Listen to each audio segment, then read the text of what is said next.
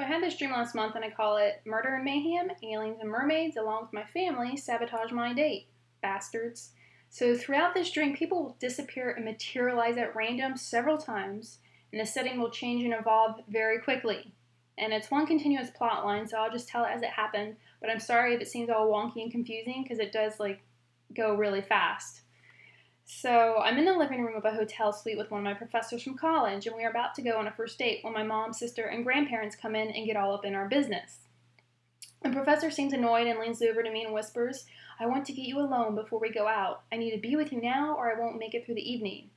As much as that makes me think he's kind of a creeper, it also makes me feel good knowing he can't take the side of me without exploding. Because I'm assuming when he said that, he meant, you know. So as my family is jib-jabbing away at each other, Professor and I sneak out of the living room and go to another room in the suite. And even though we barricade the door, it's like Night of the Living Dead. My family follows us and gets to the door anyway. And they sit down and blare the TV as they stare at the professor, analyzing him. The professor isn't happy because, for some unknown reason, our time together is already limited. I'm getting upset too because how will he fall in love with me if we don't have enough time alone to get to know one another? And for your information, in reality, I never dated my professor nor had romantic feelings toward him. So I fall asleep beside the professor on a couch, and when I wake up, I learn that the professor's parents had visited. His father had been playing the guitar and entertaining everyone. I get pissy with him because he didn't wake me to meet them. And while the professor and I discuss this, and as my family continues to sit around being a bunch of assholes, something comes crashing down from the ceiling, sending debris and dust everywhere. As the air clears, we see that it is a person wearing a spacesuit. So the front of the helmet cracks and crumbles, revealing a woman inside who is dead. She is the victim of a murder. Dun dun dun. That didn't play in my dream, but that would have been cool if it did. So my family passes out in shock, and for some reason I have this knowledge that somebody has to take the place of this person that fell through the ceiling. I'm not really sure what that means, but in my dream I thought that somebody needs to take the place of this person, this girl, this astronaut. I don't know what that means yet. So the professor and I dash out before the cops can get there, and we didn't do anything, but we know questioning will take forever, and we still haven't had our date. So as we stand in the elevator to go down to the lobby, the professor disappears, and my grandmother somehow materializes and starts preaching to me about relationships and intimacy, which really is damn annoying, but I can't escape, so I'm forced to listen. So when I get to the lobby, Grandma disappears, and I see the professor talking to the police. He's masquerading as someone else, so I do the same, and I act like I'm his fiancé, and we finally slip out of the hotel and we drive away. I see my family getting in a bus to go downtown for questioning as we get on the highway. Anyway, we can finally start our date. Yay! But of course, as we drive down the freeway, a napkin materializes in my hand with a message from my sister telling me she's done at the station and wants to meet up for a drink. I do want to get a drink with her, but I sense it's a setup because the professor and I are now being accused of the murder. Why, I don't know. But next, the professor's gone, and I'm in a different car. My parents are driving because they apparently don't approve of the professor, so they separated us and took me away. So obviously at this point, I'm plotting my escape, and the professor sends me a message. And I think it's telepathically, I don't know, because I just suddenly know that he wants me to meet him at a movie theater in a different city. So I must escape because I'm suddenly no longer in that car, but standing inside the theater lobby. And it doesn't look like a theater. There are no movie posters on the wall, no red carpet or concession stands. It's completely white inside, both the walls and the floor, making it feel very sterile, like a hospital. And it's huge with a dome ceiling, and I'm also getting like a futuristic vibe, so maybe we time travel to the future, I don't know. But I can sense it's further in the future. So the lobby's completely empty, there's no one around. There's a ticket counter and an escalator, which are both white as well, making it difficult to distinguish them from the walls. So I'm standing at the ticket counter when a man walks up and hugs me. And I don't recognize him, so I don't return the hug, and I'm feeling all awkward, which he notices, and he says he was a cast member with me in the movie Hook. It's Rufio! And no, I wasn't in that movie in reality. And I remember him and return his hug. He's all grown up, and he's very cute. And as we make googly eyes at each other, I suddenly see the professor. He's back again. He's standing nearby, and he's acting all jealous, along with Rufio's 2 girlfriends.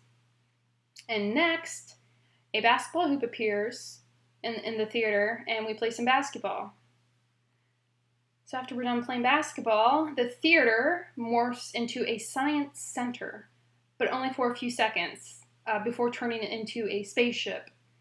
And maybe I was there longer, I don't know, and I don't remember my dream, but just for brief seconds, I remember seeing it being a science center, like a museum or something, and then it turned into a spaceship.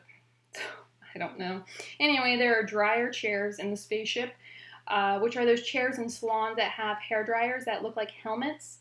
And the chairs are arranged in a circle, and there's a couple there with their children who are being questioned about the murder. One daughter's face starts to turn red, and it starts to melt off, and a new and different set of facial features form. And I recognize the girl's new face is the murdered girl at the beginning of my dream. So I'm not sure what this means, but I sense something off about her. Besides her face just melting off and turning into a different person, I sense something bad about her. So anyway, she's no longer the daughter, but a reincarnated figure that has a purpose I'm not sure of. Anyway, she smiles and gets up. The setting changes again to a cove. There's rocky cliffs surround a body of water, and I'm standing on a ledge at the entrance of a cave. I'm there with the professor and the reincarnated girl, and we are preparing to venture out into the world to fight enemies. And I don't remember who our enemies are or what we're fighting for. But the professor doesn't like the girl and says, she is evil. She's not the right person. She's not who she's supposed to be. And the girl says, this is me, and deep down, I love the water. They made me change. So she jumps into the water and turns into a mermaid with gold skin and gold hair, then perches herself on a rock as she continues to talk about what I don't remember, and then she dives back into the water and she's swimming around. And there's also a hot air balloon tied to the ledge that we're standing on, but it isn't just a hot air balloon. It is a spaceship hot air balloon that I guess can go into space. And there are people boarding the ship to go on a mission to save someone. And a mother and her two daughters climb into the balloon, and one of them is worried. But her mother tells her not to. She says that sorry. The mother says that they must take the opportunities given to them, or life is going to stop giving them chances. So I'm ready to leave the cove, and I enter the cave to find an elevator. By the elevator, I see a young woman with red hair that falls to the floor. And she is an alien, and her tribe apparently resides in the cave. And her elders maintain her hair because it is sacred and expensive. And she doesn't think she is special, but she is. She's 400 years old, and she looks like she's in her 20s.